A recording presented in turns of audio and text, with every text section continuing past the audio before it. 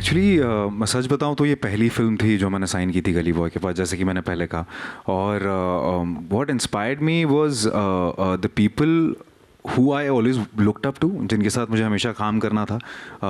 Farhan sir, उन्होंने screenplay, story, dialogues, Shridhar sir, Ritesh sir, Ravi sir, और इससे ज़्यादा एक्साइटिंग सेटअप, क्योंकि जब एक कहानी एक्सेल जब भी कोई कहानी बनाता है वो सिर्फ बनाने के लिए नहीं बनाता। कहानी I think is the most important part of anything which is produced out of Excel.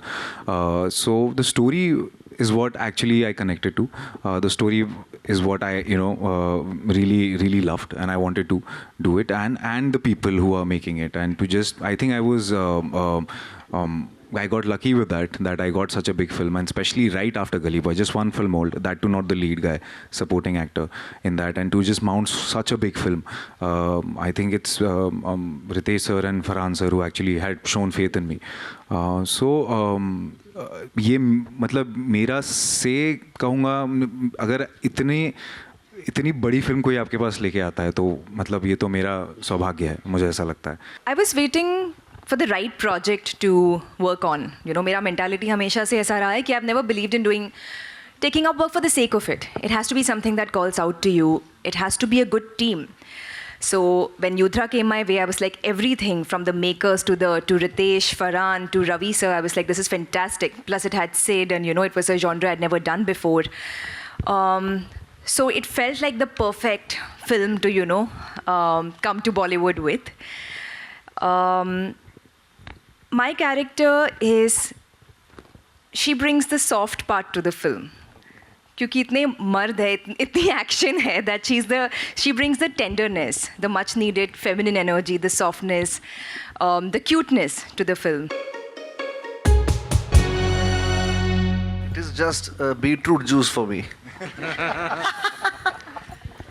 Sauce, beetroot juice, all edible. तो इतना कुछ ऐसा लगता नहीं है, बट हाँ आजकल कुछ ऐसा ये मैंने शूट बहुत पहले कर ली थी किल से, एंड दिस इज़ माई, ये बहुत दिल के करीब है ये फिल्म, क्योंकि बहुत समय दिया है मैंने इस कैरेक्टर को प्रिपेयर करने के लिए। और चलो शारीरिक तकलीफ़ें तो हुई लेकिन मानसिक तकलीफ़ें भी बहुत हुई मुझे इस कैरेक्टर के लिए। बट हाँ यार, थोड़ा बहुत अच्छा लग रहा है एक्शन करने में आजकल, है ना, मज़ा आता है। हाँ, बट इतना ब्लड बात नहीं है उसमें, like what you are thinking, ये ज़्यादा ही हो रहा है, आपने feeling it's too much, but it's not that much. It is very stylized way of मतलब हमारा जो एक्शन है, poetic, that's the word. It's very poetic, yes. You make it brutal, but you make it poetic, so that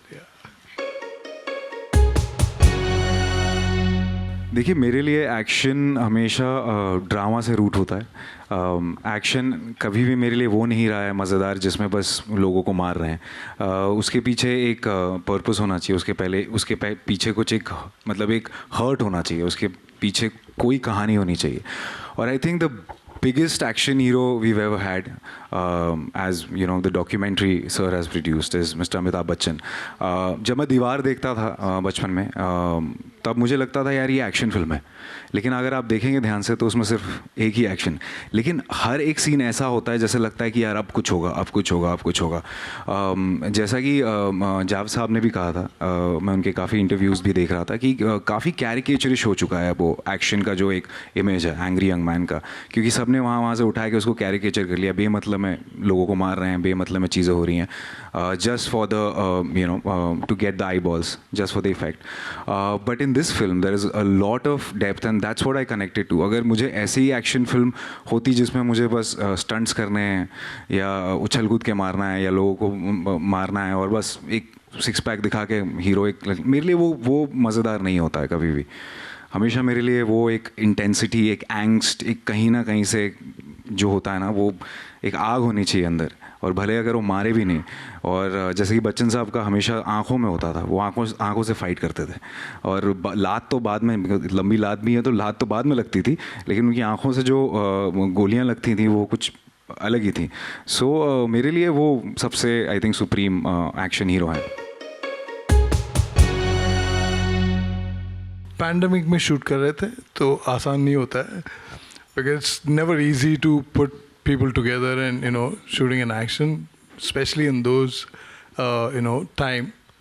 तो तो हमने काफ़ी scenes shoot किए थे और as we got on to tail end of the film because हमको break भी लेना पड़ रहा था शूट के दौरान because few location are not available so we are going through those moments but हमारा लास्ट शेड्यूल था रीशूट तो नहीं हुआ है बेसिकली कुछ सीन्स थे जो हमने रखे हुए थे we'll do it later because we'll know how it shaping up and जैसे बन रहा था रितेश सर ने हमेशा कहा कि you know just do what you have in mind so don't you know just don't hold back so वो एक हमेशा वो एक एजेंडा रहा था so yeah we had certain ideas and we thought okay maybe you know we went back and we shot those things.